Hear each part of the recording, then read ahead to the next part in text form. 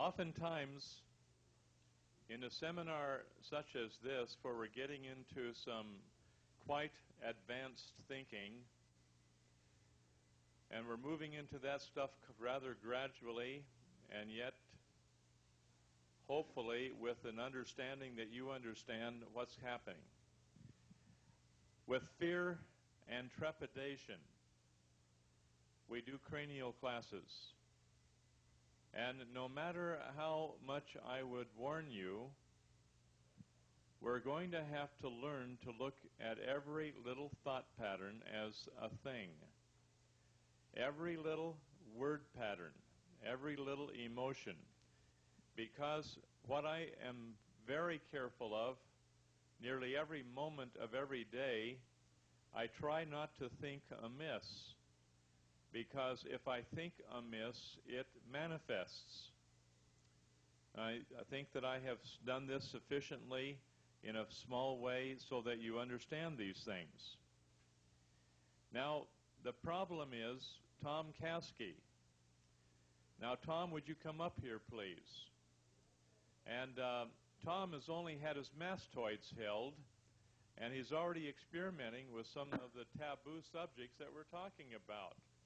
And Tom, would you please illustrate for the class from your own personal experience now what's taking place?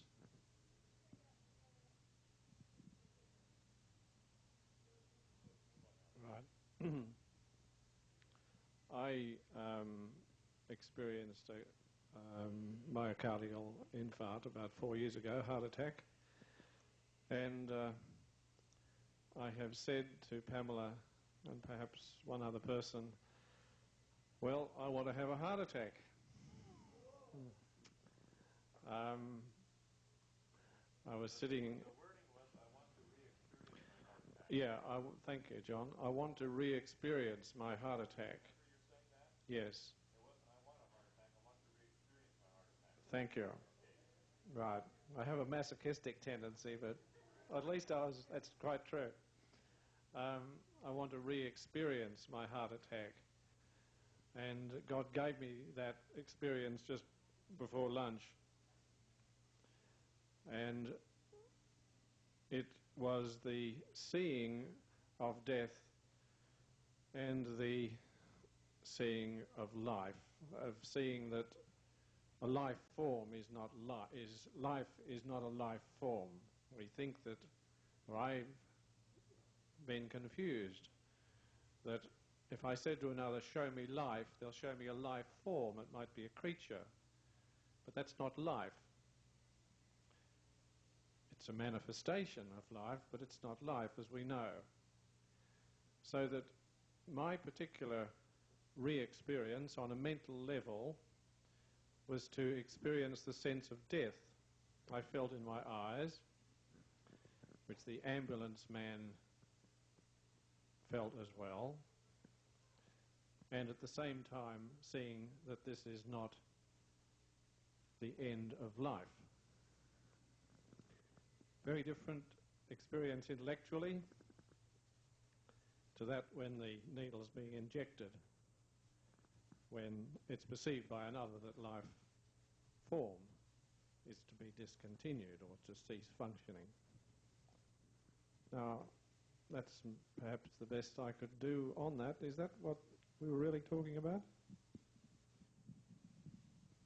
Now, would you correct me if I'm in error in any way? Would you? Okay. Pamela came in and informed me while we're having our meeting of beans, that back there at the table, that you, Tom, were having a heart attack. Is that correct? Well, I went back, and the first thing I did was I felt his pulse. And the pulse was one of those pulses that you put a person in the intensive care unit for. It was totally irregular, and it was just all over the place, wobbly and missing beats, missing 2 and 3 beats at a time, having maybe 2 or 3 beats in succession that were not even regular, And these things, I mean, I looked at that and felt, hey, this is not good. And so we promptly took him over here, laid him down on the floor in here, and he could still walk, he could still blink his eyes, so I figured he's all right. We brought him in here and we held points, and within a short time of holding the heart firing mechanism that I hope every one of you have in your mind to use in an emergency situation, remember, you take your heart point, which is right across on the side of the chest, even with the nipple line. You go up about 2 inches and you find the painful spot and push, and that on either side, and that will be the heart firing mechanism. Well, Pamela went in there and held that for a little while, and after a while, the heart calmed right down and was just regular as clockwork, which it is now. In the meantime, Tom was very happily, with tongue-in-cheek, reminiscing all of his heart attacks and going through it very lovingly, very delightfully, because he knows that he put that out there. I want to re-experience my heart attack. And he did a beautiful job of it. It couldn't be better. But my golly, it was as real as the time that it happened. Now, normally during a healing crisis, the way it used to be, where people would go back and all of their normal functions would be normal, like the heartbeat would be normal, the breathing would be normal, and things like this. This is how healing crisis used to be, and we wouldn't have any panicking. This time we had no heart rhythm of any kind. I wouldn't give 2 cents for him. I told Pamela that. I wouldn't give 2 cents for him, the way that heart was. And I told Tom that. But I kind of chuckled at Tom because I said, next time, be careful of what you think. Your cranial manifests things instantly. I just want to make that very clear. With just a little bit of cranial shifting, which Tom has been having, okay, we've got a whole change of jawbone, a whole change of structure inside. He's been feeling the motions moving in there. And just that, all of a sudden, boom, you think a thought and it will manifest for you quicker than you can imagine. You've got to be careful of every single thing you think. Now, this is really important for you because whatever you manifest in your mind, boom, it'll happen. So put some qualifications on it in some way that you protect yourself from having a problem occur. I can recall coming back from Oklahoma one time, back to my home up in Wisconsin, and I thought to myself, well, we fixed broken bones and we've grown fingers back, you know, and we've done all these little things, but what have we done with broken sternums? And I thought to myself, you know, I'd really like to have the experience of dealing with a broken sternum and a broken rib cage, so I could have my first-hand experience with that, because I've never really had a serious problem happen. And just at that moment, I was kind of accelerating a little bit on an icy road and took a corner, which I didn't take, and promptly took out the tree, and my rib cage went crunch, and my sternum was broken in 3 places and turned under, and all my organs were hanging out like 2 rugby balls on each side of my chest underneath. And I tell you, this was a little real to me. And I became quite a respecter of the ability to manifest, because all I wanted was to have that personal experience of dealing with the broken rib cage. I didn't know it was going to be mine. Now, the technical thing was a broken sternum, but I got the whole wad to go with it. And I want to warn you about this, because your thoughts will manifest perfectly. And ever since then, I am slow and methodical, and I try to watch every single thought that I create, because they manifest instantly. And I've been very careful about that now for a number of years. And I want to remain careful at that, because all I have to do is think, and it happens. Anita knows that, because she's seen it. And these things bother me a little bit because of the power of the human mind. I want you to be extra careful of the thoughts that you think, and always drift back and begin working on your list, that you don't karmically implicate yourself in some way where you bite off more than you can chew, and then you're going to have to be very, very excited about that because you'll be chewing for some times to come.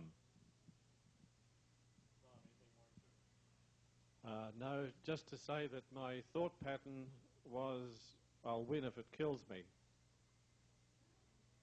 Say that again. I'll win if it kills me. It's the competitive spirit. I don't think everyone heard you. The thought pattern I had, which created, this tremendous competitiveness in me, was that I'll win even if it kills me. Yeah. No. Oh, no, that's so nice. Are you sure? Were you planning to say something? No? Are you going to say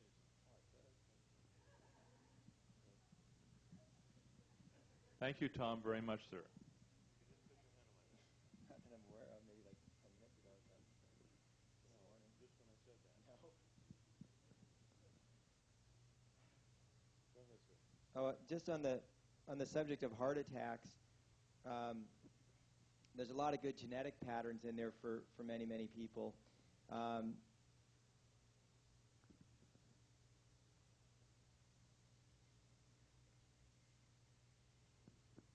lot of good genetic stuff in there for a lot of people. John's seen situations where you have entire families where all the siblings will die of a heart attack at the age of 58, that sort of thing. There's a lot, 68. There's a lot of genetic patterning in there, and I think on some level or another, a lot of us have there's certain expectations. I mean, I know even when I was a little kid, I'd hear about different problems that my parents had, health problems, and there was always a part of me, even when I was 7 or 8, that sort of assumed that I would have those same problems. And I can remember in particular when I got into my mid-teens being very, very concerned because that's the age my dad had an appendicitis. And I'd never had one, but I mean, there's just that, there's the power of expectation on the one hand, plus there's the fact that you got the same genes in you, so you've got a lot of that programming in there. And so I think you add the two of those together, and we have a lot of possibilities for duplication of the past. A lot of people also in body electronics, I might add, have re-experienced heart attacks genetically. In other words, a lot of people have, like, say, gone through their father's heart attack or gone through their mother's heart attack, where they've experienced it as if it was them, but they know it's not them. They know it's their grandfather or their mother or whoever, but they're going through the experience just as vividly as if it had happened to them.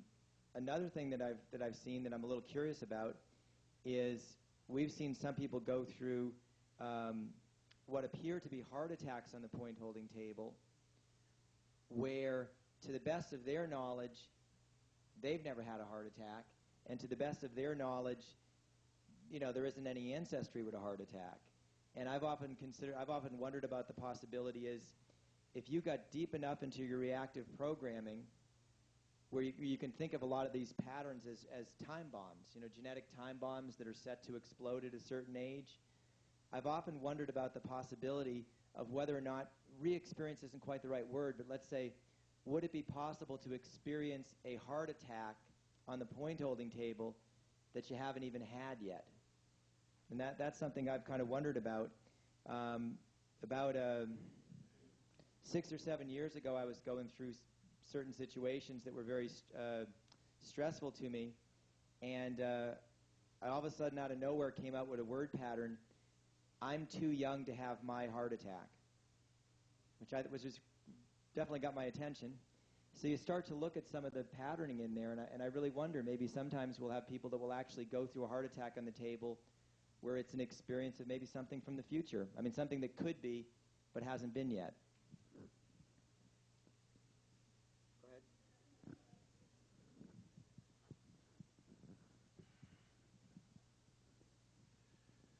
There are people that I know personally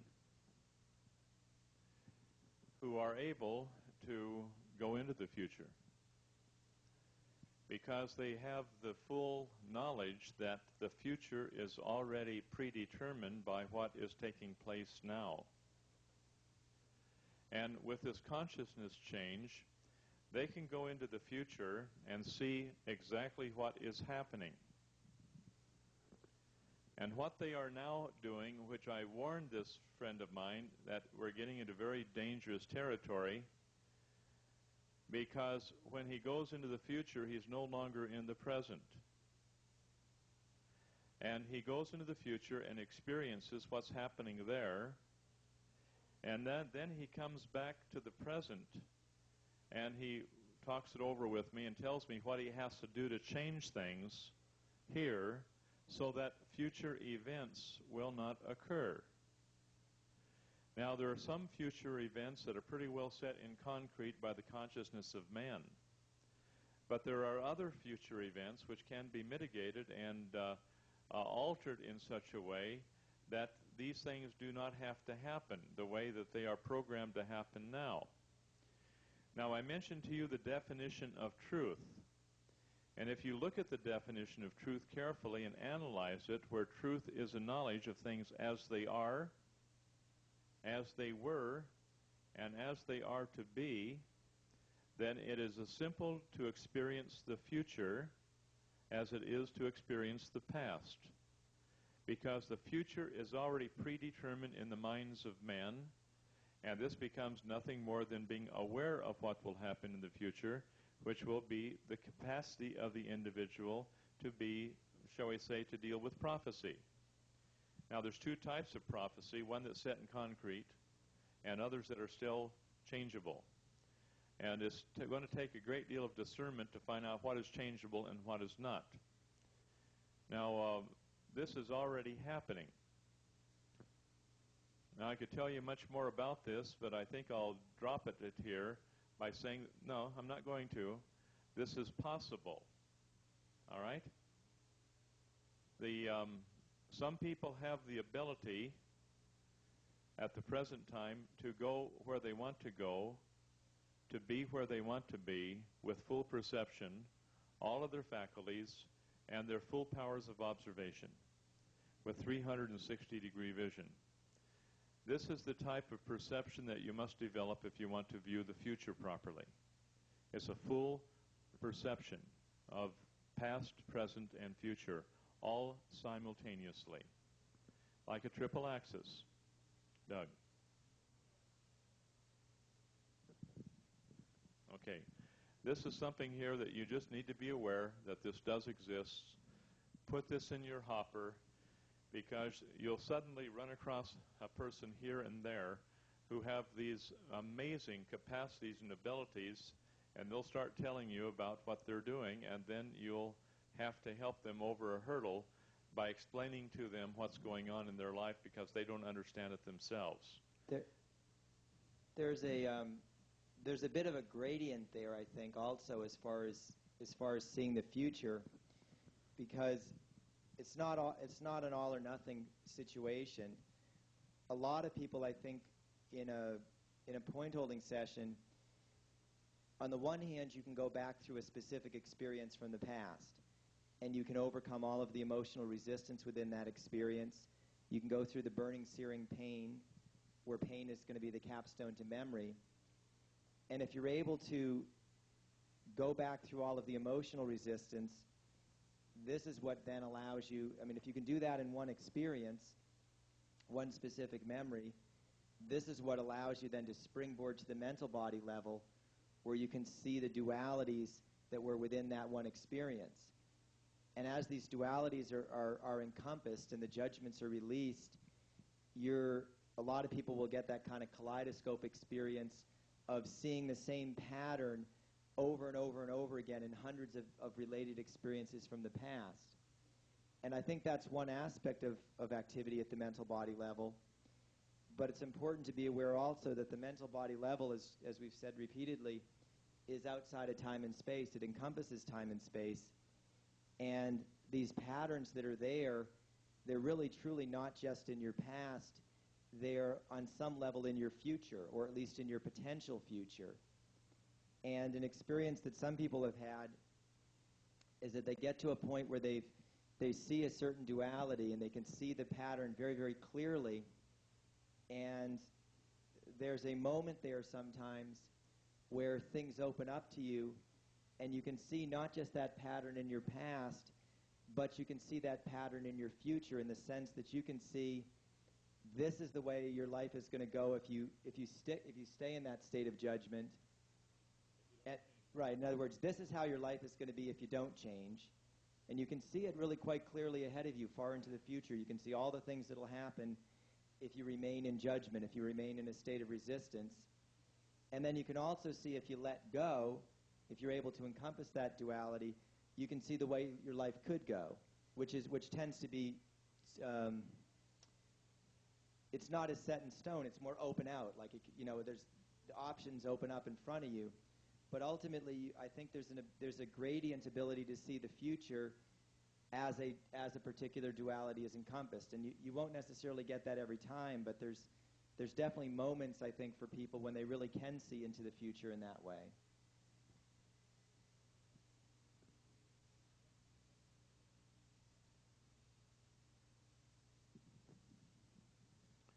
Any questions? All right.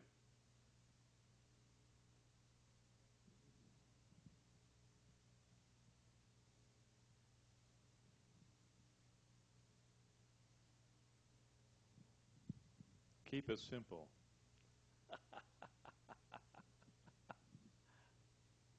We're going to see if we can get Rex to ask a question with his eyes open.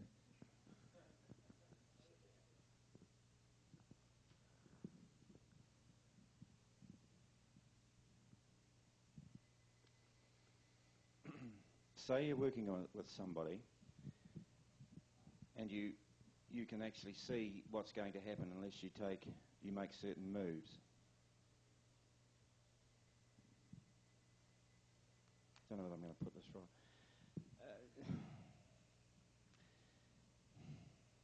And the feeling of responsibility in those circumstances is what I'm concerned about, because the karmic or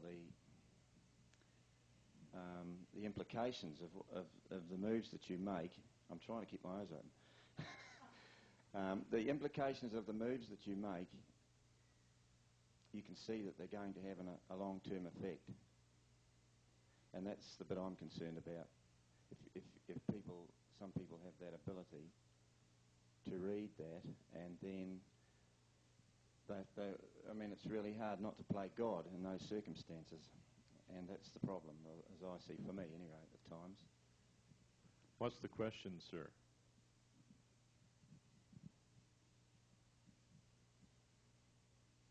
Where does your responsibility begin and where does it end?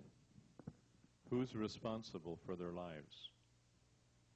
Ultimately, the person who's...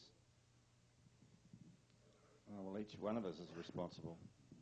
What is your only responsibility to the people that come to you and ask?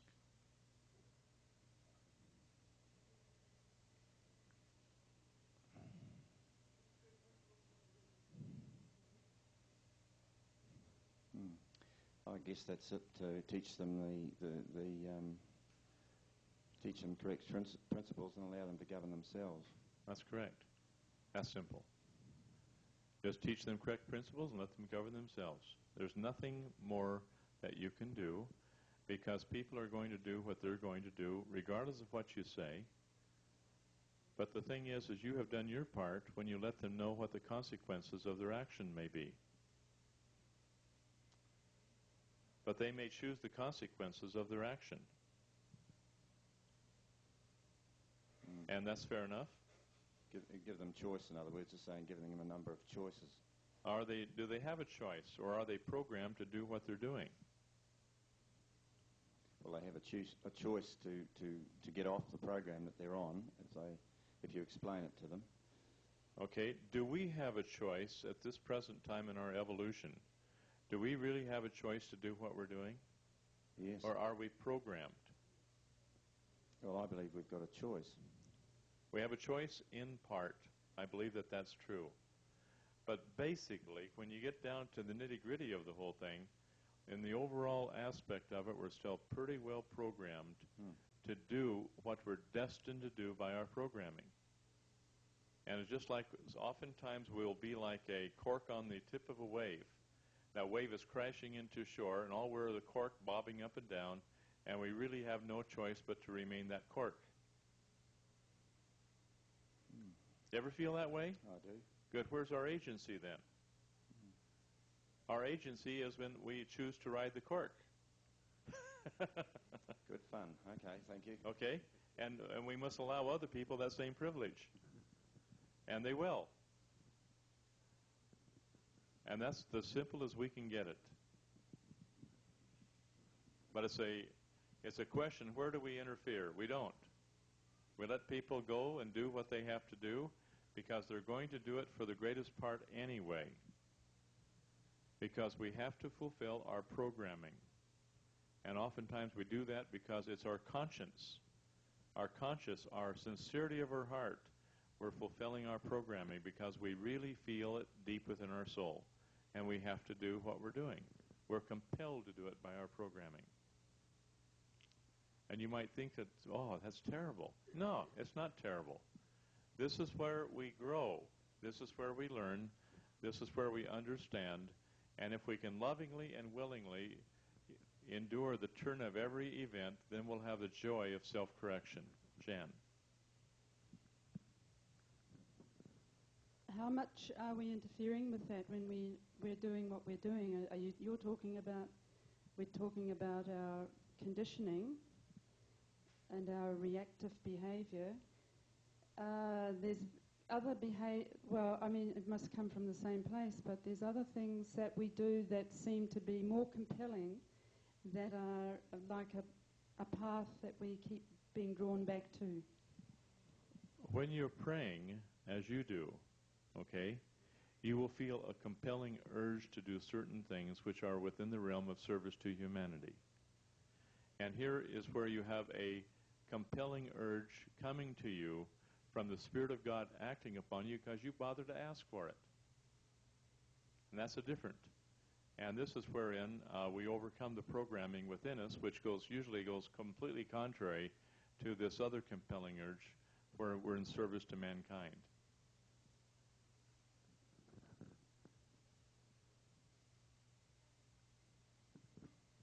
I think we have a choice not to have a choice. Say that again, sir. I think we have a choice not to have a choice. Where's the scribe on that? We'll write that one down. We have a choice not to have a choice.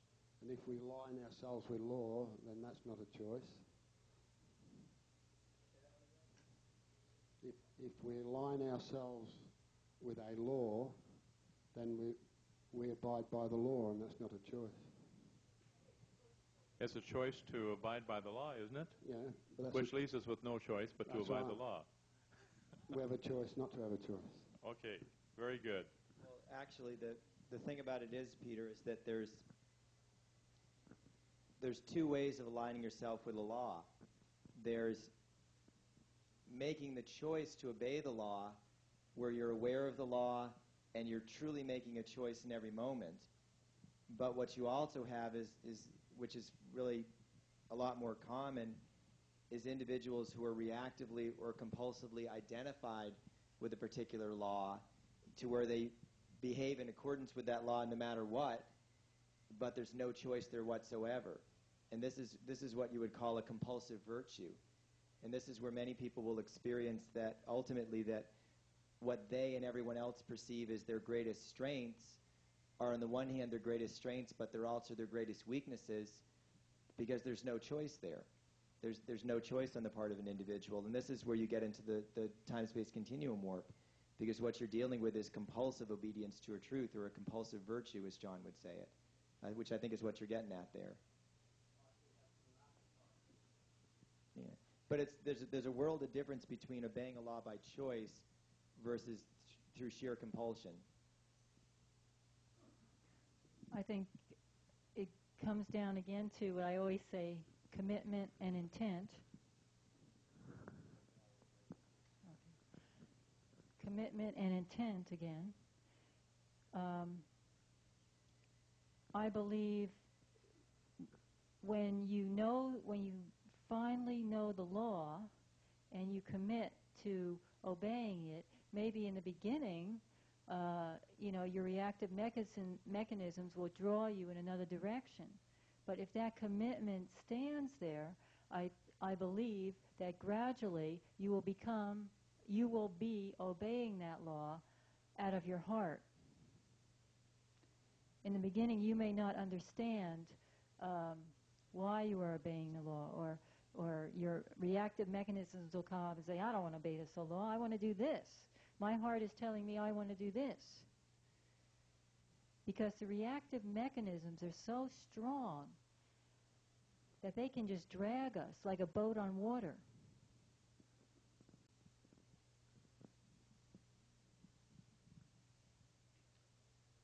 Any comments? Okay. That's all we want to talk about at this present time. Would you like to come up here, please, and talk about your tailbone parasite experience so we can get that on tape, please, if you don't mind? That's good. It's good information. And just be as thorough as you can so that people will understand this, the sequence of events here.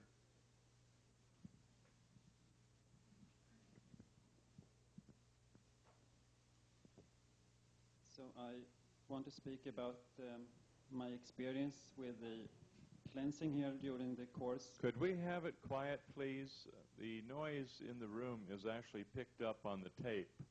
And with the little conversations that are going on that are so delightful in the back, please keep that down and so that we have good reception on the tape, please. So I will speak a little about the cleansing that was going on here during these weeks. After the tailbone, it was quite a painful session.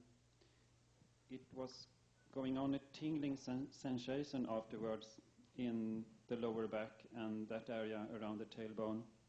And I thought it was a kind of vibration of some spiritual thing, because it was really, really nice feeling. So I thought that was a really good session.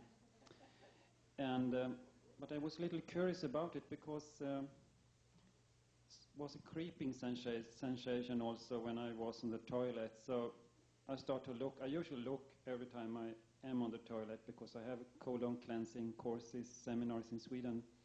So I used to look on the things that come out. And then I saw it was hundreds of these small pinworms. And they came out, the whole time, during night time and every time.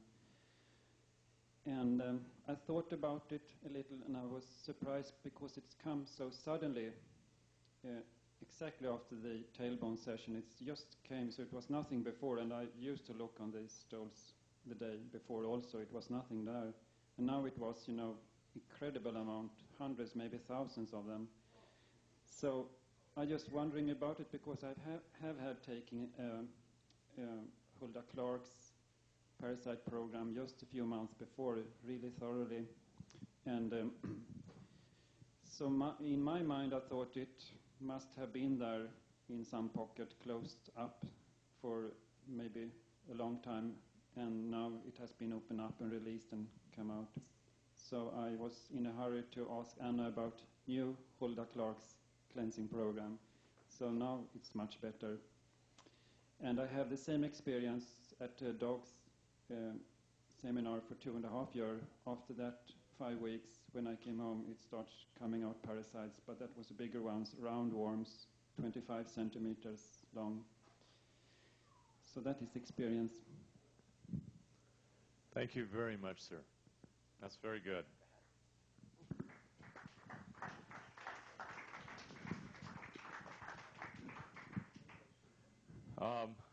We need to have, in some areas here, a little bit of fine tuning. And I'd like to have Doug's expression here after I complete my presentation here to you. And Anita, I'd like to have your consideration here. On one hand, we are justified in using the rule that until man can experience on the mental level that which exists on the physical level, we will be bound to the physical. And we are justified in holding the body still, and we're justified in saying nothing, trying our best to experience these things on the mental level. I have no complaint here.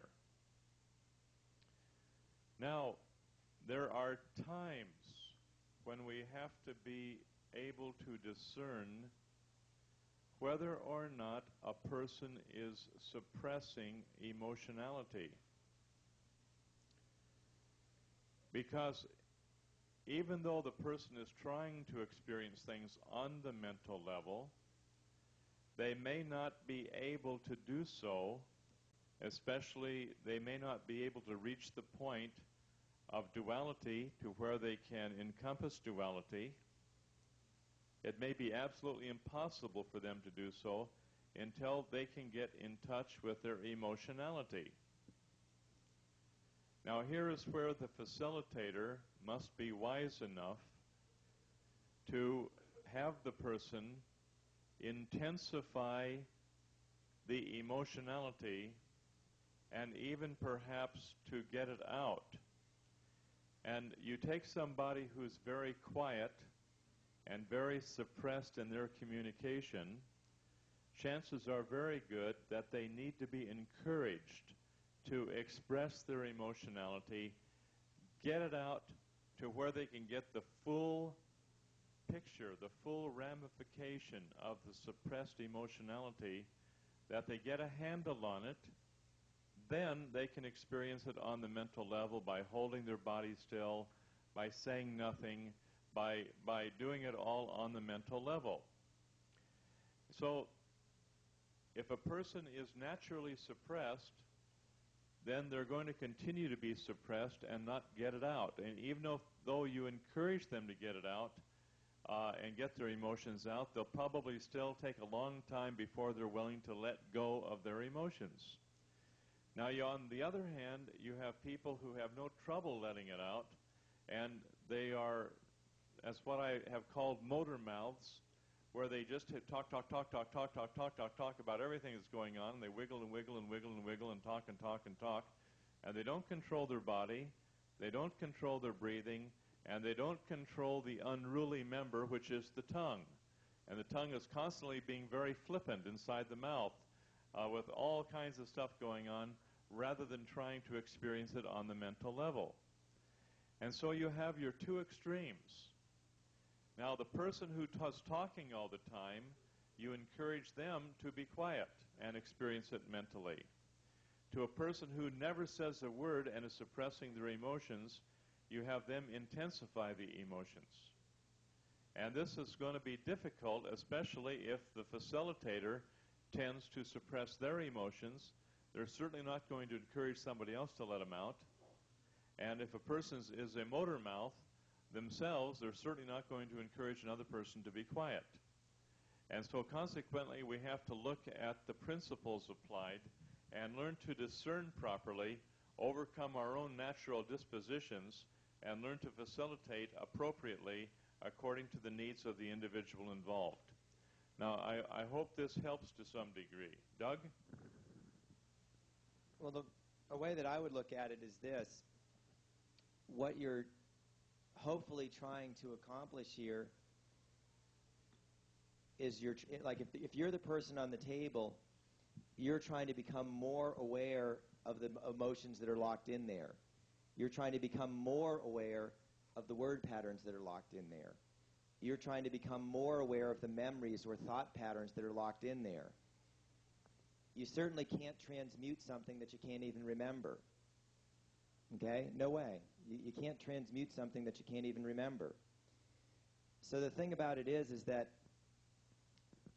you got to look very, very closely at whether the outward expression of the emotions is going to help you become more aware of those emotions and the memories and words that go with them, or whether it's just going to be a distraction, whether it's just going to take you further away from the memory.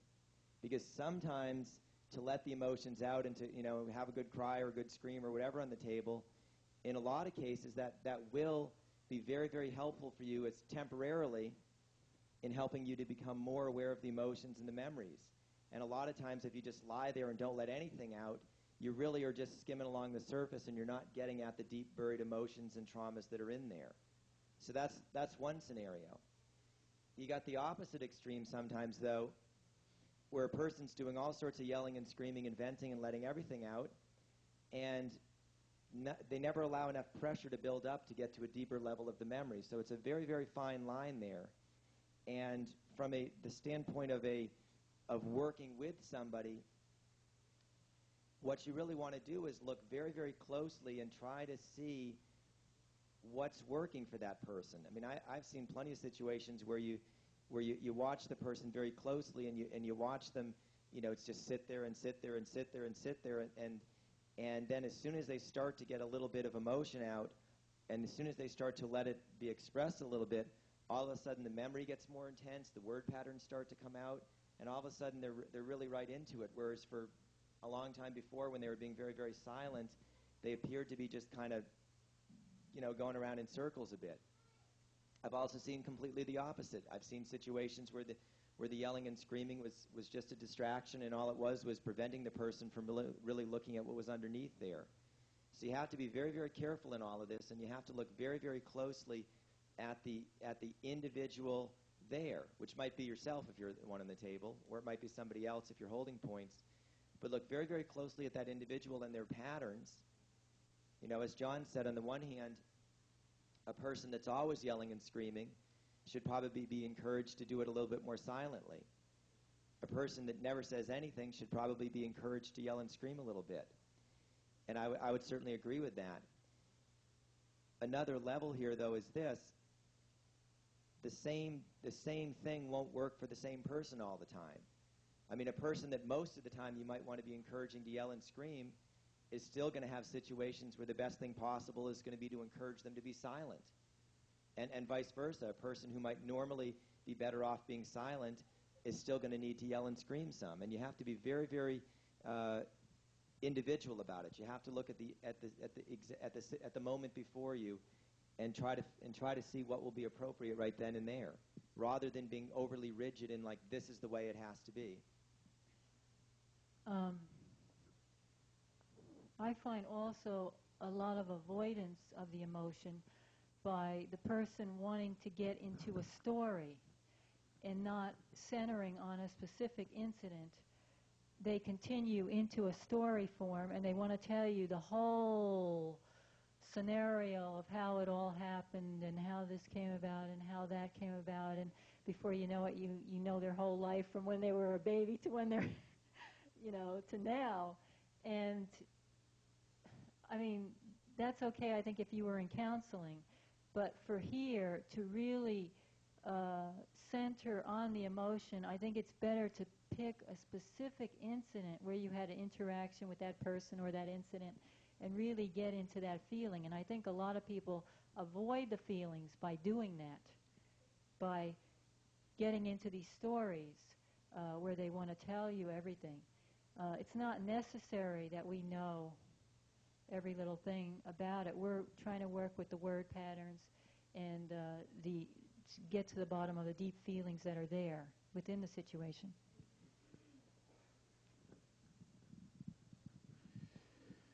Now I'm a little troubled about one area where we're not getting it. We're missing the boat. Now that is on, I want each of you now to take this very personally. Everyone in the room, I want you to take it very personally and don't think, well, that's what the other person needs to know. Okay? Let's say that you're having a point held in the triple axis. Or let's say that the universe is holding your points in some way, and the word pattern comes out. I can't take it anymore. How many have had that word pattern? May I see a show of hands? I think we're all in company with one another, all right? But we hit that word pattern, I can't take it anymore. take a look at the power of the word that we're using, and take a look at that word pattern from the outside in, where we see that word pattern as a denial of our ability to lovingly and willingly endure. Now, this is a common word pattern, and I could give you another dozen word patterns which would be similar to it, like I just hate this, or let's hurry up and get it over with, or I don't want this, or one thing or another. Now, many of us have a habit pattern deeply ingrained within us from our genetic inheritance. And that inherited pattern, if we very carefully analyze it, we will realize that we are deeply ingrained in this word pattern, like I can't take it anymore. Our father may have had it before us, our grandfather may have had it before him, where it's a word pattern that they expressed, or our mother may have had it, and then our grandmother may have had it. Now everyone start thinking about this a little bit, because what I find happening is we identify with that word pattern, I can't take it anymore, and that flips us completely out so that we can't deal with the pain or the experience at hand. Now, if we commit ourselves to lovingly and willingly endure all things, moment by moment by moment, this is a continual commitment. A continual commitment. It does not matter one whit what has happened in our past. It doesn't matter one whit what has happened 3 months ago. It doesn't matter one whit what has happened 1 week ago. It doesn't matter one whit what's happening moment by moment on the table with somebody's finger in our triple axis. What does matter is our recognition of the reactive patterns that have held us in a continual state of bondage, such as, I can't take it anymore.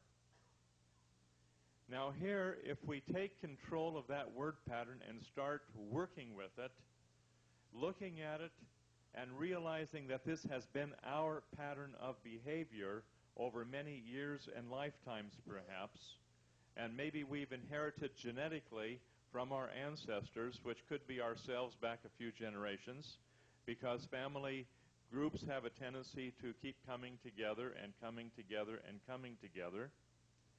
If we can work with that word pattern, I can't take it anymore, and look at it to where we separate ourselves from the reactive word pattern and start playing with the word pattern, knowing that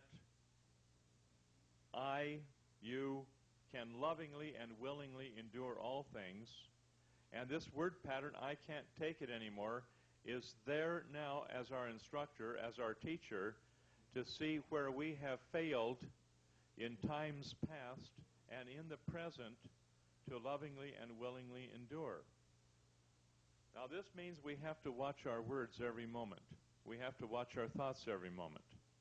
We have to watch our feelings every moment, or else the feelings will dominate us and we will fall prey to the reactive pattern, which will then dominate our life. And we will never learn to overcome those until we can literally stop this damnable reactive pattern in its tracks by deciding ahead of time, I shall take dominion over my life, rather than allow our life to be literally flipped and flopped around by our emotions and our reactive mechanisms. Now, the pain of life is real. I'm not going to deny that. But our attitude can dominate that pain by saying, I'm willing to endure that pain, whether it be emotional pain, whether it be physical pain. if there is indeed a difference, but the pain is still pain, however we look at it. Now, please be patient with me for a few moments because I want to get into other things that are going to dominate our reactive patterns. Now, if we stop and look at the past, we go back through our schooling, through our education, through the various things that we have done, and find out where we have been attached to outcomes. And we want recognition from people. And so we have tremendous competition so that to become the best in a given area of sports, athletics, competition, recognition that we have, we want to be the best in our area of expertise. Well, what happens if we're attached to the outcome of wanting to be the best in any given area? Sooner or later, we get ourselves beaten, don't we? And then what happens the moment that we feel that we have been beaten? Then we're a failure. We no longer have that recognition that we're attached to. I have worked with athletes where they would rather take the steroids and destroy their health that they might win one time big, and they'd rather sacrifice everything else for that winning in competition, that one time big, and everything else is sacrificed for that. Are we attached to this type of recognition? If we are, we'd better take a good look at it. Are we attached to recognition where we have a one-upmanship on other people, where we want to be better than they are, or we want to be first before them, or we want to do something which is going to put ourselves in a, shall we say, in a special position where we become really in a special position that nobody else has? Now, here's where we get attached to these things, and when we don't get that recognition, or when we don't get that appreciation, or when we don't get the honors of men, if I can use that expression, or the first prize or what have you, then we're totally beaten in our eyes and we start getting failure patterns. Like, I'm not good enough because I didn't win, or I'm not good enough because I can't compete, or I'm not good enough because they don't love me, or I'm not good enough because I'm not appreciated. You see these attachments that we have? And all of these things will give us emotional pain if we allow ourselves to remain attached to positions, to recognition, and to outcomes. Now, as I go by the tables, I see these things because we didn't get the appreciation from our parents. We didn't get the recognition in school that we thought we should have had. We didn't get the recognition in athletics because we weren't good enough, and therefore we felt like a failure. I'm not good enough.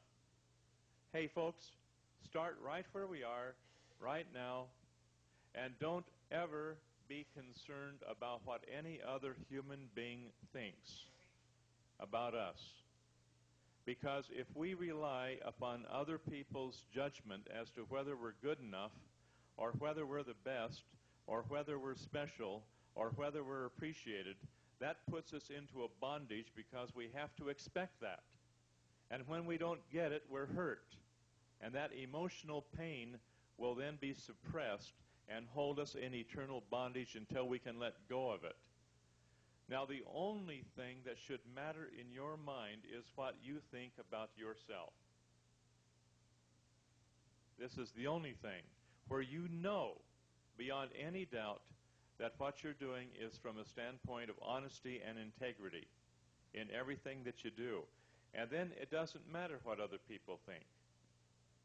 Now, if we're going around, okay, if we're going around trying to be appreciated, which all of us have done, this is how we get the little gold star on our forehead when we pass a spelling bee or one thing or another. We feel appreciated. We've got our little gold star on our forehead. As school teachers, don't we do that to our kids? We train them to be competitive. We train them to get recognition. We train them to be special. And we think that we're doing everything really good because they're performing now. But what's the motivation of their performance? To be good enough? To be one of the crowd? To have passed the test of whatever the test has been? And they, oh, I've done it. I've done it. I've achieved recognition. How many of us have got tied into it? And I think all of us have. We don't have to raise our hands. We all know that we've all been there. We all want to have the teacher's recognition. We want to have the minister's recognition. We want to have our parents' recognition. We want peer group recognition. And we'll do anything we can to sacrifice ourselves individually in order to gain that recognition. Put all of that to the four winds right now and let that just go into dissolution.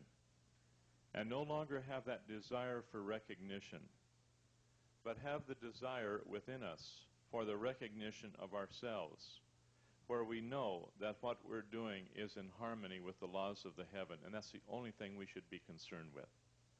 Now, we could go on for hours on this one subject, but I notice that the people, when they're on the table, that their greatest traumas have been built around this area of not getting enough recognition, not being in touch with reality, where they want something that doesn't exist. I want to repeat that again. Not being in touch with reality because they want something they can't have because it's not there to have. And oftentimes we want something, and we want it now, and it's not available for us. And we get all hyped up and get all upset because somebody's not loving us, because they're not giving us what we want, when what we want just isn't economically feasible or is outside of the bounds of reality. And we put ourselves outside of the bounds of reality because we let our desires for something get in the way that simply doesn't fit what's real at the moment. Now, Peter. Yeah, I agree 100% with John, and I think it's very appropriate what he's saying for us here at nearing the end of week 5 of our instructor's course. But I'd like to look at it from a little different angle, and that is like everybody has to start someplace. And if we can remember the first time that we were ever on the table having our points held. And I just want to ask a question. That's the 3 steps for the creation of all things, like I say, feel, think, act, but you say something spoken word. What is it? Thought, feeling, and spoken word. Yeah. Okay. So my point is, like, if we leave out one of those steps, then we're not operating from a balanced point. And it's like, let's go back to that word pattern. I can't take it anymore. And as John has pointed out, for us here, we need to be really looking at that, what we're saying there. But if we were to go back into the community and discourage people from having word patterns like that, then we might be denying them their evolution, if you like. And that people have to start somewhere. And if we can encourage people to have this, as you say, thought, feeling, spoken word, to go through that, the thoughts there, the emotions there, and then the spoken word comes out, instead of saying, like, take the example of this, they just thought, feeling, and they're just going, like a figure 8, just going between those two all the time, and the spoken word never comes out. Or take the example of, say, they have in their head that they're not supposed to say things like, I can't take it anymore, and then they'll have thought, spoken word, thought, spoken word, thought, spoken word, and they might come out with something that they feel they're expected to say. So just that, I feel just if we can let people know that, sure, don't feel inhibited, but also watch what these word patterns are saying. Something like that. Well, that's pretty much all I got to say. But, a lot of the things that we've heard here are sort of appropriate for where we are at now, but sort of never forget where we've come from, and that people are going to follow in our footsteps, and they need to have the same experiences that we've had, and let's not deny them that.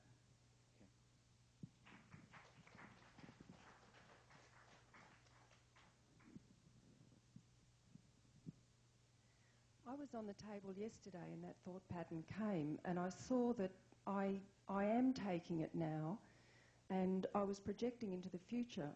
So the reality was I have the pain now and I am feeling it now. And when I projected into the future at the same time, that's when it gave me the word pattern.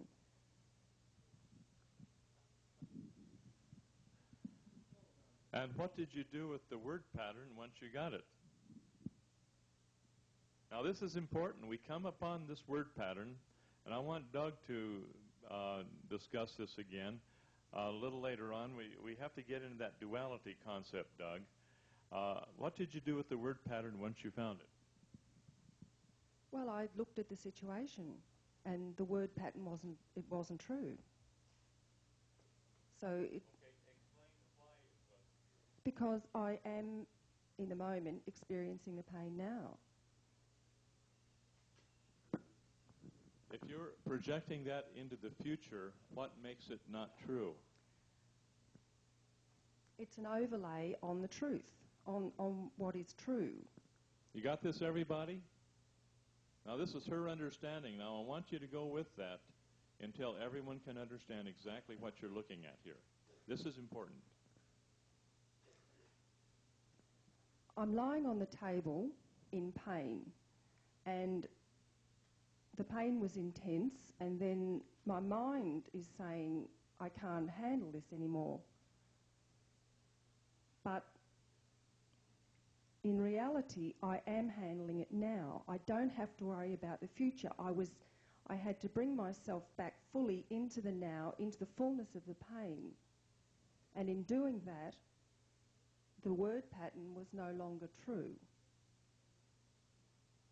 So the thing is, what do many of us do about worrying? Can I use the word worrying about this word pattern projected into the future? Do we ever do that?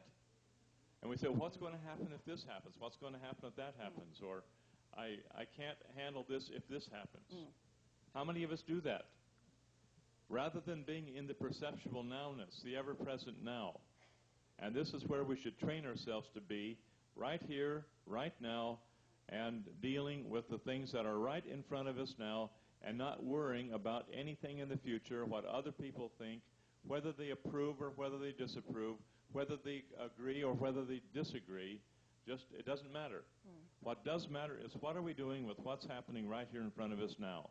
And this is the whole key to what you're saying here, Pamela, from my observation. Is that correct? Yes. If we worry about the future, we put an overlay on it, as Pamela has said, and that takes the truth that was there and makes it an untruth. And we compound our problems because we project into the future our concerns of the moment. You could call it fear. Use that word pattern related to fear, which took me out of the moment. Thank you.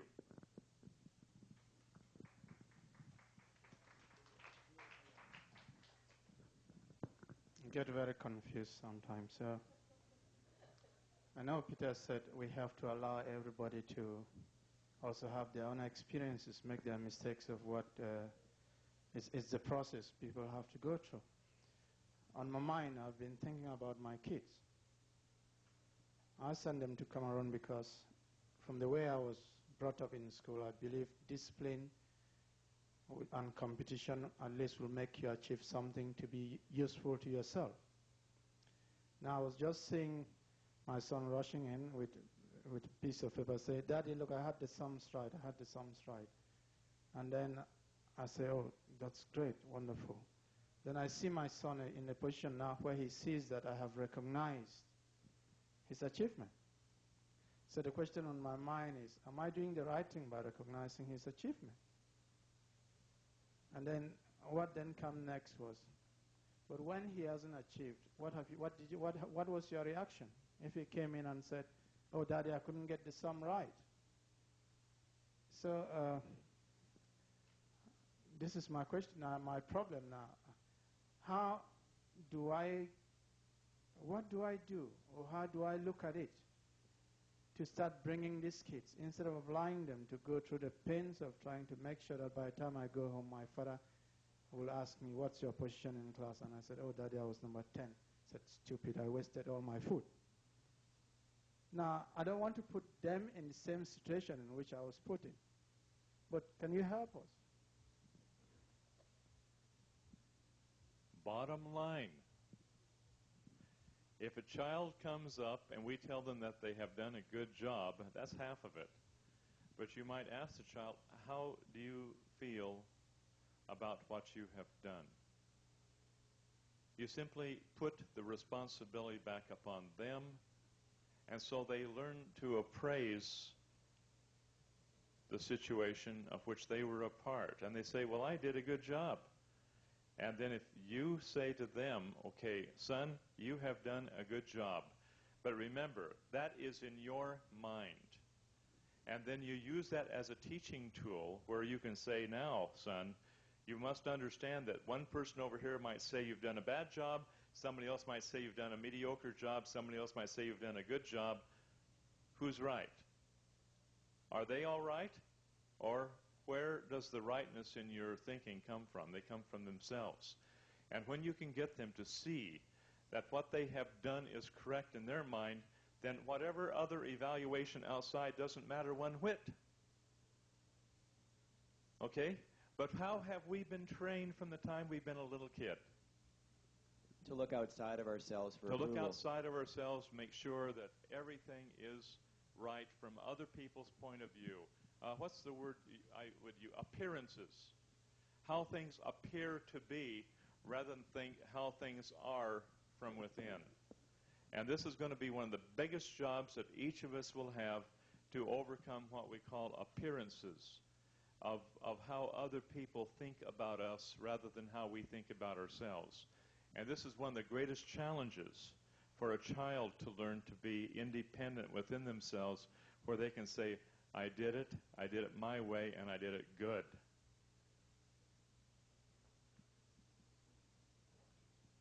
In my limited experience with children, the important thing, particularly in the case of the sums, is not whether they got it right or not, that they wanted and they knew what they were doing. That is where you can help and encourage and build.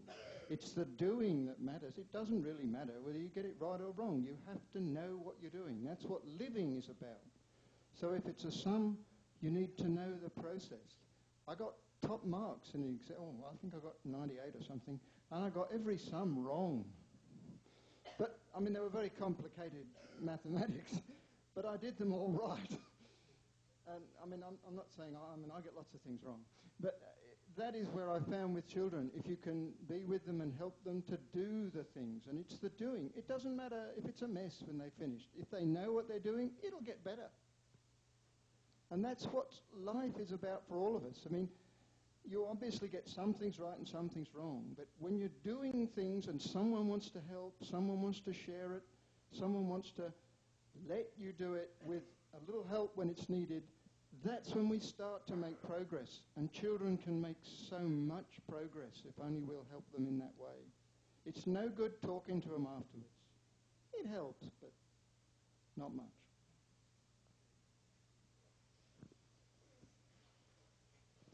Yeah, I've learned a lot about this concept through Megan's training at the Montessori school. A lot of you are probably familiar with that. And I believe that the IM also teaches to raise children so that they're getting their self-esteem from inside, not from outside.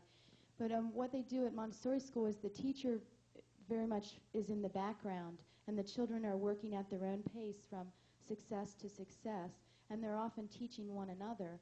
And when the child goes up to the teacher and says, oh, look what I've done, what the teacher does is she describes what she sees. Oh, I see you've maybe have a little toddler that comes up with scribbles all over the paper, and the teacher doesn't say, what is that? She doesn't say, oh, that's beautiful.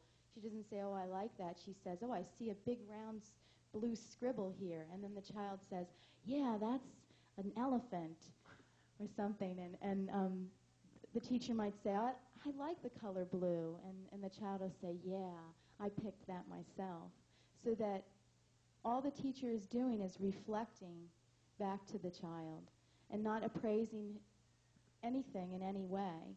And it's just amazing because the children just blossom, and they don't go they don't go around expecting other people to tell them how good they are. They tell you themselves. If you look at this from the concept of the list, as John's explained it, the thing to realize is on the list, there's a step that a lot of people forget to take, which is that you don't just write the things down and prioritize them and then eventually do them from the bottom up and cross them out. What do you do when you've done something, Lewis? You say, it is good. In other words, once you go back to creation, you go back to, like, say, Genesis, and it's like, God created all things, and then he saw that it was good. So, I mean, this is what we're doing as well. Whenever we've done something, we're looking at it ourselves, and we're seeing that it is good. So we're not looking for somebody else to tell us it's good or bad or indifferent. We're simply looking at it ourselves and saying, oh, well, okay, I've done that one, and I've done a pretty good job at it. And this is it's again the whole concept of the list. I wanted to mention one other thing, then we'll get you, Esther. John was looking at this idea of people wanting what's not real, wanting something that doesn't really exist or isn't really possible. And one of the principles that John has always taught in point holding is that we need to work within a framework of reality and certainty. We need to always work within a framework of reality and certainty and stay away from fantasy and speculation. It's that, for example, it doesn't do you any good to rewrite the past. We're not interested in rewriting the past. We're not interested in, we want to just find out the truth and go through it. And a very, very simple example that you might want to all consider of this not looking at things as they really are, just imagine you have a small child, and you're, say, over in the dining hall, and you're trying to find something for your child, for the child to eat. And you've got like mangoes and grapes and bananas and so forth out there. And so you say to the child, well, what would you like? Would you like a mango? Would you like a banana? Would you like some grapes? And then the child says, well, I want an apple. And you say, well, there's no apples here. Would you like a mango or grapes or bananas? And the child insists, I want an apple. And this is the type of patterning we're looking at. It's been present in most of us since we were young children. And, we can look at this example and think, oh, silly child, there's no apples there. Have a mango or a banana or a grape. But I think if we're honest with ourselves, we're still doing the same thing. It may not be with mangoes, bananas, apples, and grapes anymore, but I think most of us here in the same room or in this room are still ultimately doing the same thing. We want something that isn't really real. We want something or some situation that isn't really there and isn't really possible. And what we need to do is we need to make our choices basically within a framework of reality, within a framework of reality and certainty, rather than within a framework of what we think ought to be or what we think should be or what we think could be. Stick to what is, and it's like just what Pamela said. You get in the now. You see things as they really, truly are, and then you make your choices accordingly.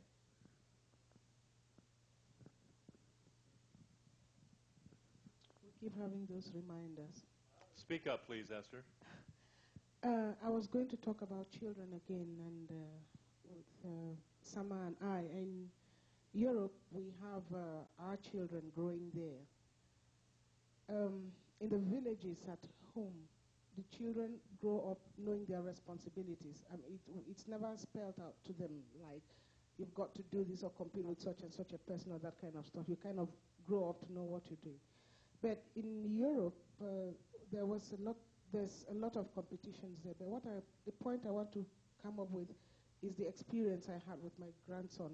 He is very black in complexion, really black. He takes after me. Yeah, he went to school, and as a matter of fact, if you see him, that's your first reaction. Wow, that's a black child. So when he got to this school, they were all white children, and some of the children had never come in contact with that kind of a black child before. And the immediate reaction of some of the little kids was to run away from him. And that hurt him real bad. So he came home very depressed. And he said to me, I asked him, I said, what's going on? He didn't want to say it. I said, well, if you don't feel like you want to talk about it, that's okay. Then he came later on to say, and said to me, the children were running away from me, and I felt really bad. I said, what happened? He said, the children said I was ugly. At that time, I felt uncomfortable. Then quickly, I went into my mind, and I asked him, what do you think about yourself? Are you ugly? That kind of took him aback. Then I took a mirror, and he had on a beautiful outfit, which he was very proud of. I said, look at your face in the mirror and tell me if you're ugly. Then he asked me why I asked him that. I said, well, because if you feel you're ugly, then definitely you are. But if you feel that you're not ugly, then you're not. What the other person thinks is different from what you think. Then I asked him whether he thought everybody in their school was beautiful and pretty. He said, no, no way. So I said, well, are they all black? He said, no, they're all white. I said, well, so that is your opinion of the person.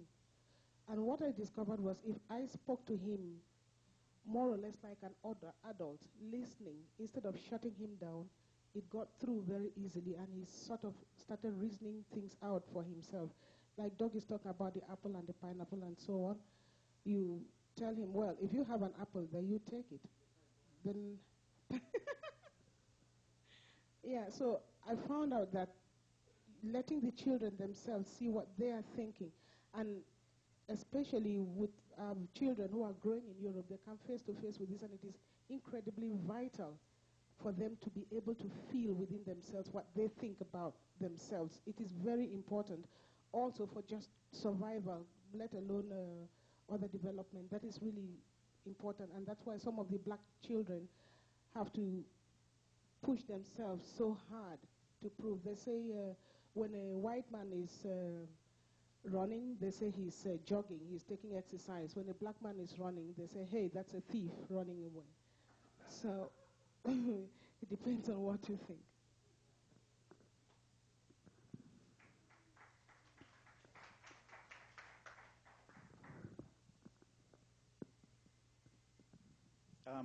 When I was up before, I wanted to ask a question. I forgot, and it is. I've had people on the table who said, "No, I'm embarrassed. You know, I can't say that word pattern," and this happened several times. And it's like they're living out one of those 3 steps of creation, like the thought, feeling, spoken word. You know, and so nothing's going to happen as long as they live out one of those steps.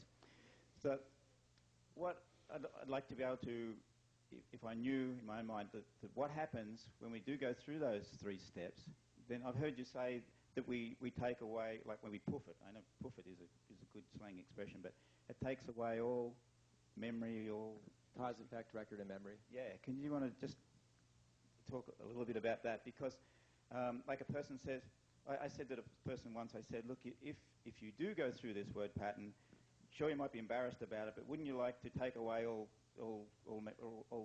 effect, you know, what you just said? And they said, well, I don't look at it like that. The thing to realize is that in order to get through it, to encompass the duality, you obviously have to get both sides of it. You have to be able to see both sides at once. And the thing that I notice in going around the room is a lot of people are trying to do things prematurely. A lot of people are trying to see the other side of things when they're still down in apathy or unconsciousness, and you can't really do it from there. You have to. Duality is something that you see at the mental body level. I mean, being able to see both sides of the duality is something that's going to occur at the mental body level. You can't really get to the mental body level without getting to the level of enthusiasm. And of course, you can't get to the level of enthusiasm without going through the pain. And you can't get to the pain without going through the anger. And you can't get to the anger without going through the fear, and on down the scale. And so a lot of times what I see is people are trying to jump the gun. They're taking a word pattern, and on the one hand, they're trying to look at the alternative, which is good. I mean, you know, we certainly encourage people to look at the alternative all the way along the scale. But don't make the mistake of thinking that you're really going to transmute something when you haven't gotten through the pain and when you haven't got to the mental body level, because it's just, you can't transmute it if you can't really see it yet. And as long as all that emotional resistance is locked in there, it's just not visible to you yet. It's still blocked. This is such an important concept. And let's go back what we talked about last week for a few moments. We're going to emphasize the idea of if we are trapped in a resistance pattern to where we are only manifesting in our life the crystallization of one thought pattern, we are one-pointed. We are just simply one-pointed in time and space. We have no linear type thinking. Now, when we can shake ourselves out of this and we start looking at duality, this is a very high level of activity because we're beginning to think linearly now. When we begin to think in terms of, well, here's the duality, this is good, this is bad, and I've been resisting the bad. Okay? Now, when we can look at both this is good and this is bad with the same degree of impartiality or equanimity, then we begin to think linearly. And this linear type thinking will be in the realm of, shall we say, pancreatic platitudes. It's the area of intellectualism. It's the area where we think in terms of black and white, good and bad, right and wrong, etc. And this is getting into a point where we look at things very black and white with no gray or shades of gray in between.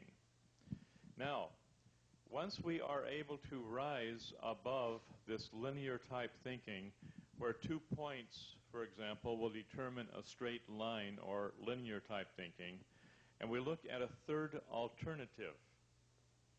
The third alternative will be another point over here where the 3 points will then determine a plane surface, or what we'll call length and width, or two-dimensional type thinking. Now, you're not going to find very many people who can do that, because most people think in terms of on and off, like a computer chip, where it's black or white, it's right or wrong, etc., etc. And we have a difficult time, as you have had. You'll have a difficult time because of the bondage of the crystals within us, because of the chains of death, so to speak. We cannot think in terms of duality. We can think in terms of one end of a spectrum. Well, I can think about this. This is not good over here, and this is good over here, and we can switch our thinking from this is not good, this is good, and we swing back and forth from one point to another point, but we haven't encompassed both good and bad, so to speak, with the same degree of impartiality, where we can think in terms of both points of this duality at the same time.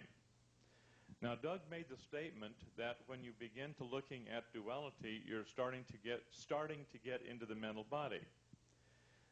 It's just beginning to get into the mental body because we have to go through various stages of emotionality, to go through various stages of pain, so that we can even begin to look at duality, which will still be submerged, shall we say, by resistances that we haven't even dealt with yet, because we haven't learned to think gradiently.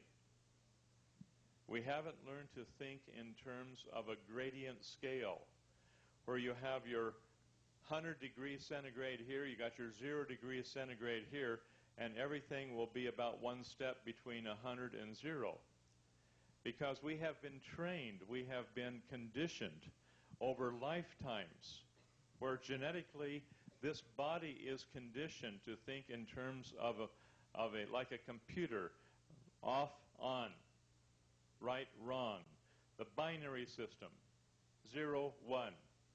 And we think in terms of all this linear type thinking, which keeps us trapped in a linear type world of black and white, good and bad, etc. And we can't seem to arise out of that because of our reactive mechanisms.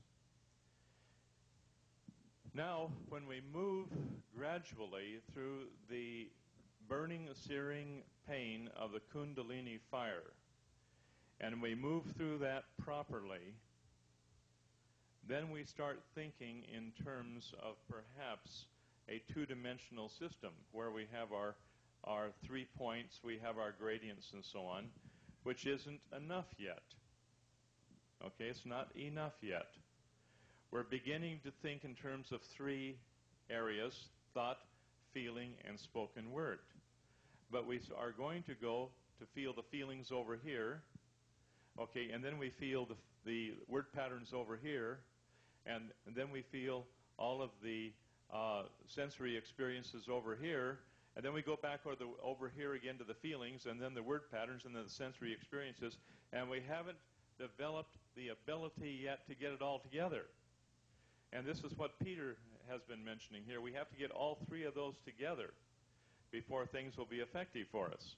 So we have to take ourselves off of a two-dimensional area and get ourselves off in space and look down upon these 3 areas of thought, feeling, and spoken word simultaneously, where we incorporate them all at the same time.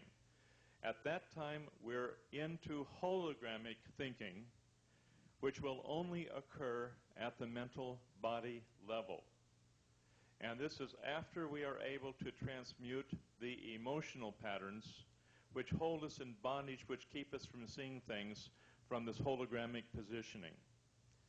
So as Doug has said, the duality, which most of us who are intellectual, we think in terms of duality, okay, that's only the beginning of the law. That's only the beginning of the law. We have to learn to think in terms of thought, feeling, and spoken word, which puts us into a gradient situation where things are no longer black and white, but everything is gradient in our thinking. And then our judgments, or shall we say, not judgments, we want to look at the discernments that we're dealing with will be in terms of gradients, not in terms of right or wrong, or off and on, or black and white. And then finally, in our own thinking, when we put thought, feeling, and spoken word into a full perspective simultaneously, then we move from there into the hologramic thinking, which will take place in the area of visualization. And this is when we have overcome the pain which has kept us from that level, and then we move into the mental body. Now, we looked at this with a different approach, with the monopoles, with the triple axis in the mitochondria. We looked at that from a different perspective. And so I'm just going to mention this because when you get all 3 axes working at the mitochondria level, and you get them all working so that they can all orient themselves to the energy going out by the mental projection of man, or by sensing that which is experiential from the external world of environment, then we are dealing with holograms rather than just word processing of duality, or just looking at feelings and emotions that we're locked into where we can't see anything else, or whether we're just dealing with sensory experience where we're looking at green meadows and flowing water down the mountainside and one thing or another, which are all very beautiful, but we haven't got the word patterns with it, we haven't got the emotions with it, we just have the sensory experience. Does this help? Okay, and so as we start really looking at this, we get then into the hologramic. And this is when we get into the mental body. And we're still just at the beginning of that, because then we have to learn to incorporate duality at the hologramic level rather than just at the word problem level, okay?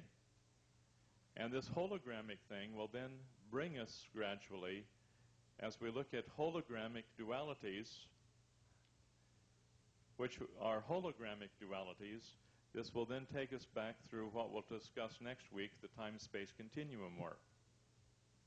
I hope this helps you on this. This isn't in the book. Couple of other things there. What a lot of people don't realize is, in addition to all this, is that you have an intense amount of resistance at the mental level in addition to all the emotional resistance that's there. So on the one hand, you can go through a particular experience and basically, observe, receive, recreate, and release all of the unconsciousness, apathy, grief, fear, anger, pain, and eventually enthusiasm.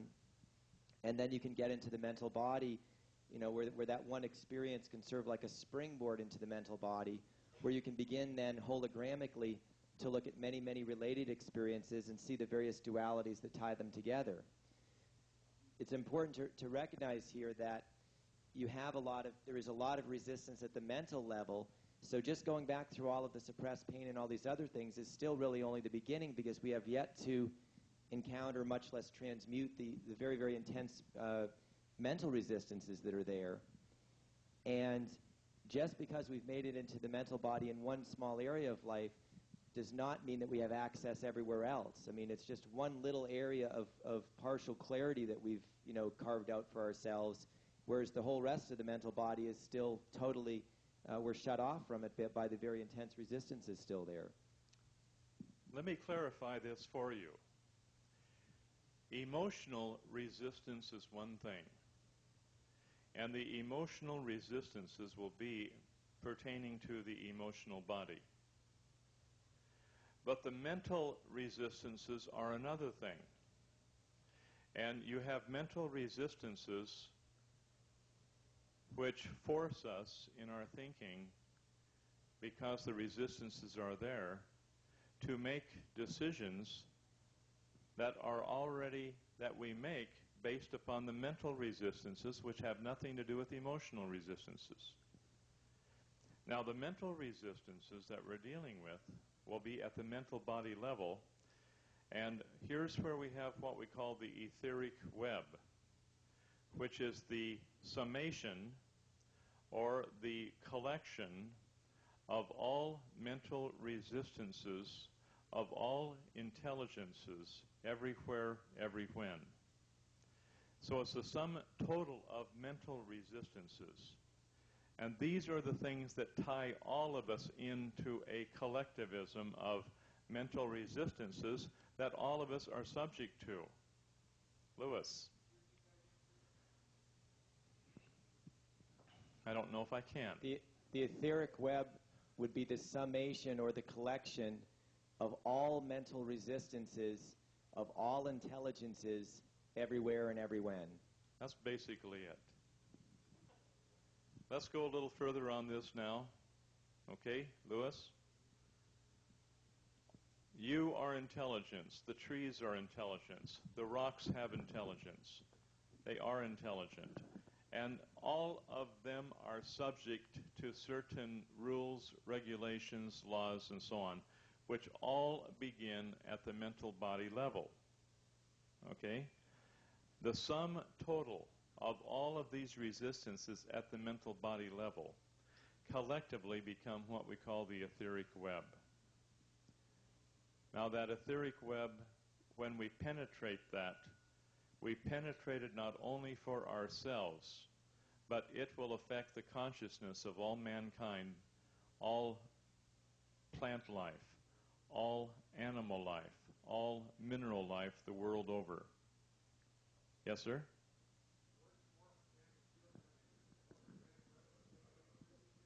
The morphogenetic field basically determines the structure of matter and is a collection of thought, feeling, and spoken word from the mental, and the emotional bodies down into the crystallization on the physical level, where these things from the thought, feeling, and spoken word are literally crystallized into what we would call reality. Say that again. The etheric web is at the mental level only. It does not include emotional resistance. It only includes the mental resistances, where we have made a choice in a duality, where we have identified with one end of a duality at the same time resisting the other. which holds that in a continual state of creation throughout eternity until we're able to undo that. And that's what we're all about. Tariq, don't worry about it. When you are there, you will understand it through experience because you cannot understand it intellectually. But I want you to be aware that it's there to start with. And when you get there, you will understand it. And that's why we're presenting this to you now.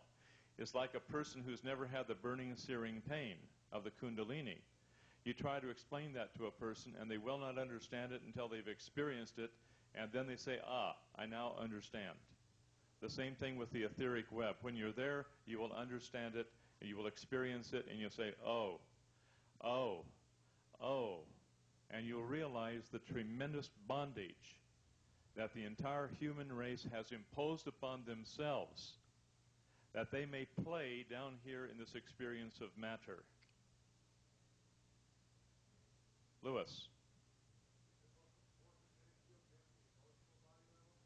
The morphogenetic field is determined, first of all, by the mental body level.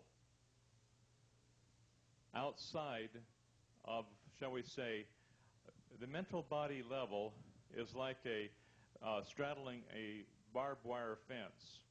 Part of it is outside of time and space, and part of it is inside of time and space. Okay? So that part of it, which is inside of time and space, where we have all of the decisions that have been made, which already were predetermined by prior decisions, where we think we have free agency, when actually the decisions that we make in life are already predetermined by a collection of resistances that we have already developed for ourselves. And so the decisions that we make even today, we think we have free agency when we're actually programmed to make those decisions on the mental body level. Now, those, along with resistances emotionally, will determine the morphogenetic field, which then will determine the structure of matter. Doug.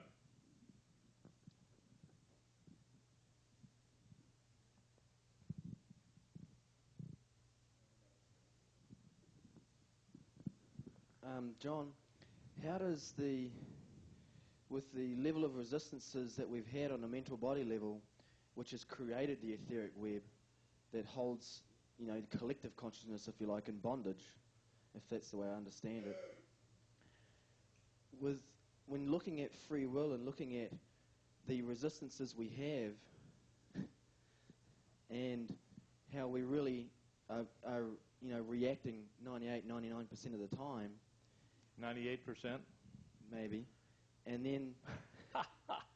then understanding that, and what I'm thinking is, we're all here for a purpose, we're all on a certain path to bring us back to oneness, to rend the etheric web eventually. Yep. And, to get rid of these, or to encompass and blow out all these resistances. The very fact that we have these resistances on a mental level coming down through where we think we're making clear decisions, when in actual fact they've already been made for us due to our program. We have already made them for us. We have already made them for us. The mere fact we're doing that, is that not setting in path our ability collectively and individually to rend it in the first place? Say that again. The very fact we have created these resistances and programs, if you like, on the mental level, which bring us down to where we are now, does that not set in place the very path for each of us individually and collectively for us to rend that in the first place? If we have no free agency, virtually, and we're all reacting according to our programming, then isn't the programming itself, who guides that programming? Is there some divine intervention there? Is there some guidance with the masters there at all? They don't interfere with your free agency, Brooke. So the very fact that we're able to see a duality within our lives and look at dualities within those dualities, or just get through emotional resistances, the very path we're on according to our programming, is that not the very path that's going to enable us all to rend the etheric web and rend the resistances we have already. If we allow ourselves that opportunity to do so. But most of us, unfortunately, are still bound to reactive mechanisms.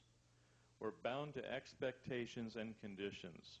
We're bound to the desires of the world. And therefore, very few people will make that effort.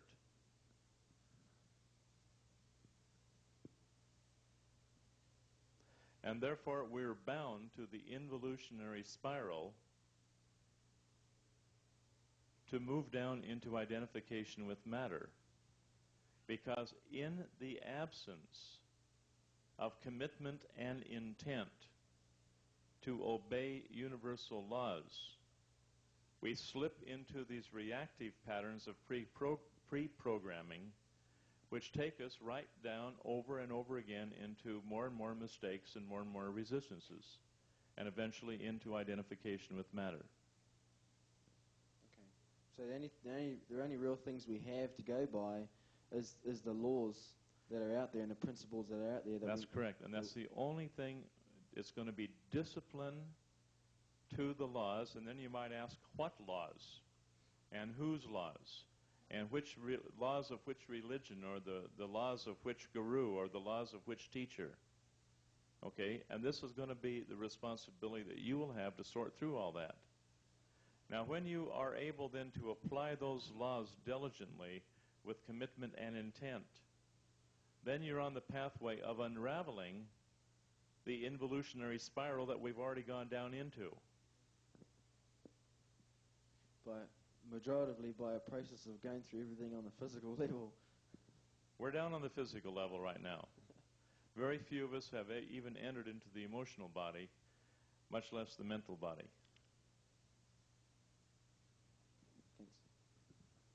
Here's another way of looking at it. We all have our resistances. We all have our crystallizations, genetically, soul level entity, and so forth. So the thing to realize is every single one of us is going to attract into our life by the law of attraction certain experiences.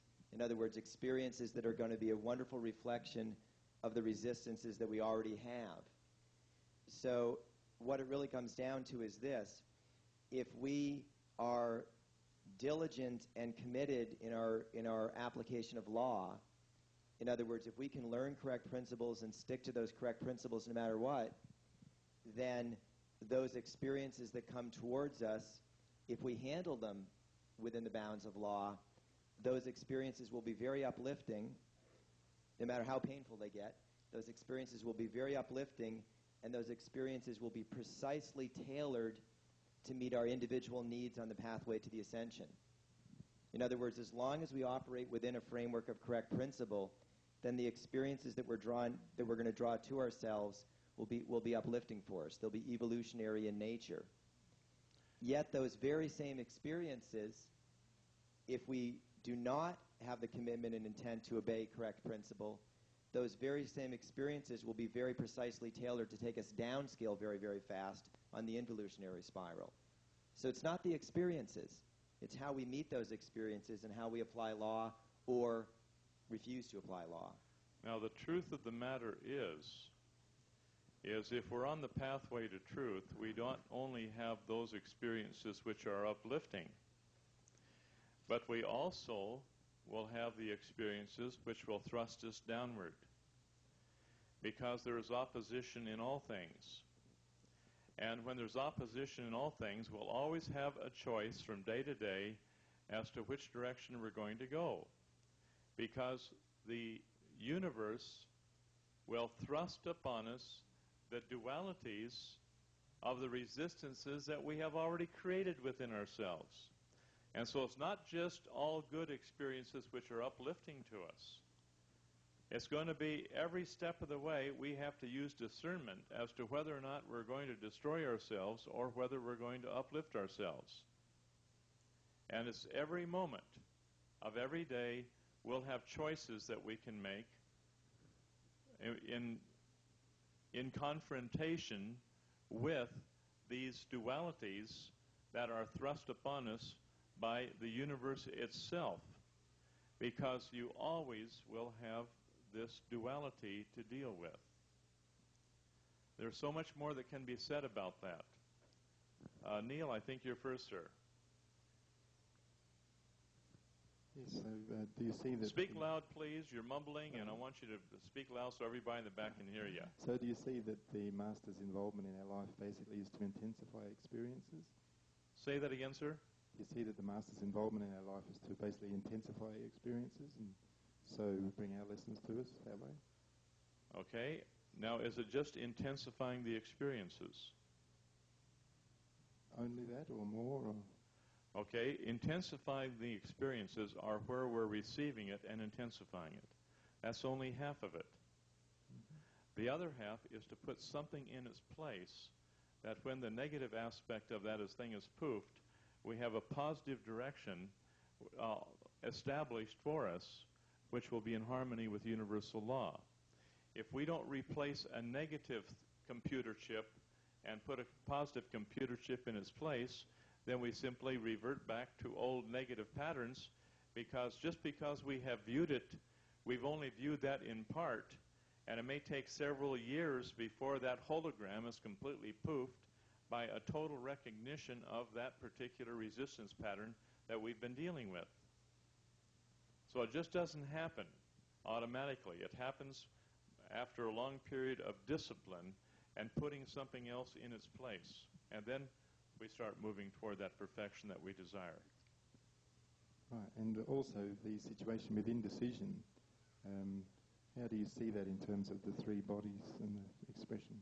Indecision. Is that a total thing, or is it indecision? Just an intellectual thing at the the spleen level? Like I don't know what to do?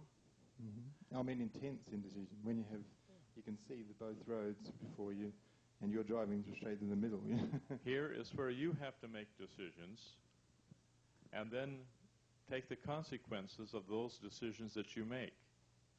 Now, it's never the motivation is what we have to look at, okay? Why are we making that decision? And if our decisions are pure, then eventually that which we have done will work out for our highest and best good. But we'll still have to go suffer through the experiences that we have chosen to pass through. And that's our individual responsibility.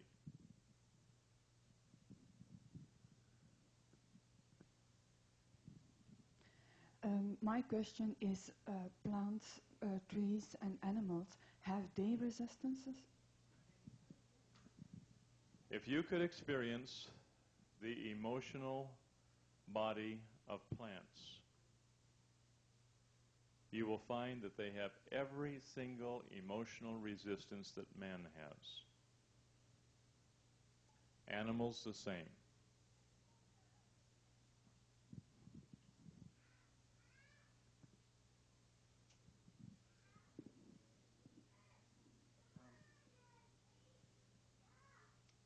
Forgot what I was going to say. There was something to do about... yeah, that's it, the sea's flat, mate, right? Bring a bucket, quick. This was to do with like the involutionary spiral, I think, I was going to talk about. Yeah, and is it... Are we always... I mean, are we ever on an involutionary spiral? I mean, to me, sometimes, like... I can't give up being involved with matter until I've been involved with matter. I can't give up masturbating until I've been a wanker. I can't give up being a firewalker until I've been a firewalker. And that, so that, like, while it might seem sometimes that I'm taking, going backwards, I'm actually only taking one step backwards and two steps forward. So that, but along the way, I have to reach this level of awareness that instead of, say, coming back to this thought, feeling, spoken word again, like if I stay in that feeling mode, I'll say, oh, it's great to masturbate, or it's, yeah, you ought to try firewalking, or stuff like that, because I'm just coming at it from that one angle there. But it's like, rather than just look at it from this linear viewpoint that something is good or bad, then there's this third perspective that I can look at it from. And it has a lot to do with the fact that once I've experienced it, then I can decide whether it's to be part of me. Well, it'll always be part of me, but whether it's something that's healthy for me or not so healthy for me. And that is evolution. It's not devolving or involutionary. Everything to me is evolutionary. Peter has some interesting concepts. There are those people who put forth the idea that all energy is God energy. And they believe it. And so they believe, as Peter has hypothesized here, that if they want to go out here and get drunk, this is an experience that they should have, and then they can decide later on whether they want to get out of that state or not. The problem is whether it is firewalking or whether it is drunkenness or whether it is drugs and what have you, these are all involutionary in nature. And it takes away the individual's ability to reason, where a man or a woman who has been on marijuana, they lose the ability to think rationally, and they get actually into quite a paranoid state of thinking, which goes on for years, until they have cleansed that out of their body.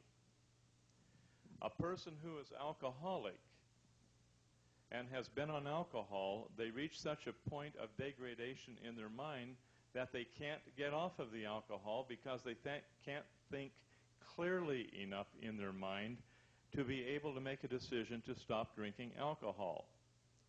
Now, if there is a little bit of help along the way, then of course, then they can, where somebody takes them by the hand and helps them through the withdrawal of the alcohol or the withdrawal of the heroin or withdrawal from other habit-forming drugs.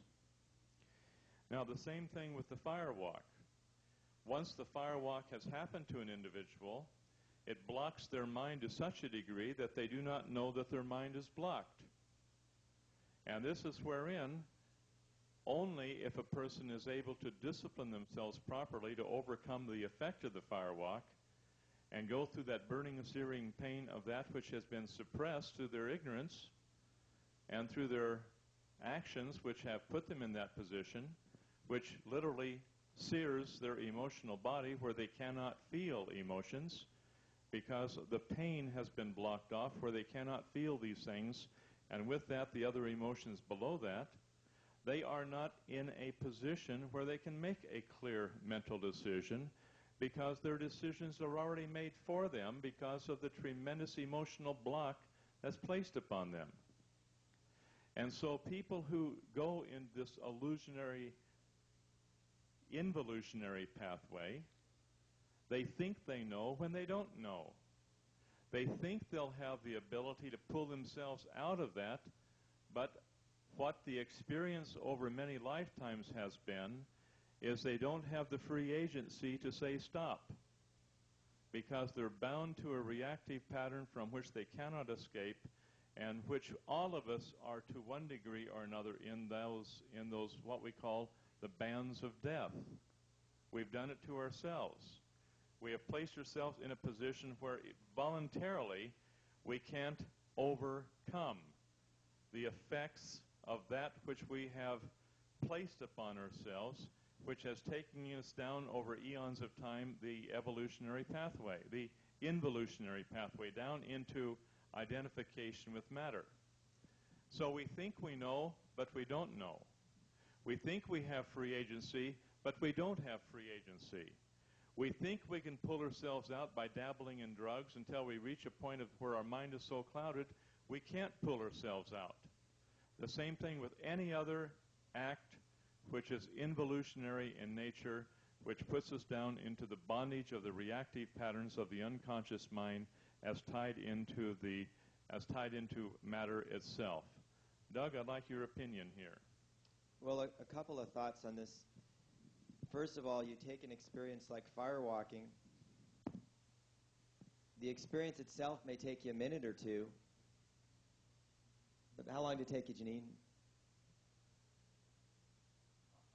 No, to walk across.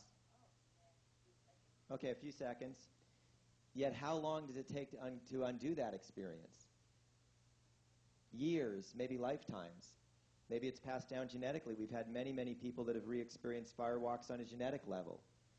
So you look at this concept, and yeah, you can take a step backwards, but it may take you, to undo that one step backwards that took a few brief seconds, it may take you many, many thousands of steps forwards just to get back to where you started with before you made that choice. A principle that you might all want to consider here: you can't learn truth by studying untruth. You can't learn truth by studying untruth.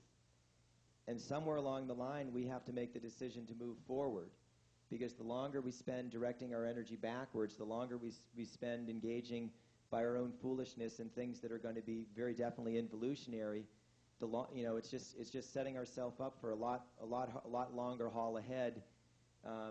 We don't make the trip upward any shorter. We actually make it many, many times longer each time we take one of these steps backwards. And as John said earlier, it's a moment-to-moment choice.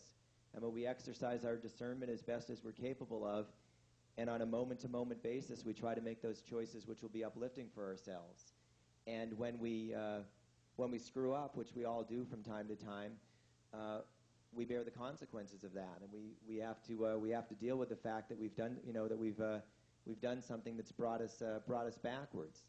Now, as John has said, ultimately we're not here to judge or condemn anyone, including ourselves, for what we've done in the past, because every last one of us here has made mistakes just in this lifetime alone, let alone down through the ages.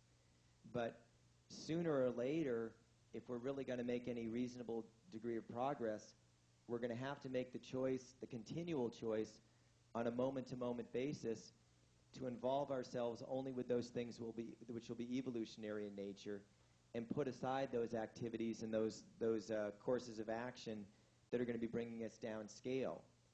You don't have to do something yourself to know that it's harmful. You don't have to jump out of a 20-story building to know that that's going to be a little bit rough on your body. So I mean, that argument that you have to do something before you can give it up, it's not a logical argument. A lot of people will make that argument, but the thing about it is I don't have to, you don't have to put a gun to your head and pull the trigger and blow your brains out to understand that might, be a little bit hazardous to your physical body. There's a little bit of common sense and reason here. There's a little bit of prayer involved in certain areas, and there's also just the fact that you can observe what's happened to other people. I mean, for example, with the firewalk, I don't have to go out and firewalk to know that it's harmful, because I've seen it harm dozens and dozens of people. I've seen their eyes before and after. I've seen the scurf rims get thicker and darker. I don't need to go have that experience to prove it to myself, because I've seen it to others.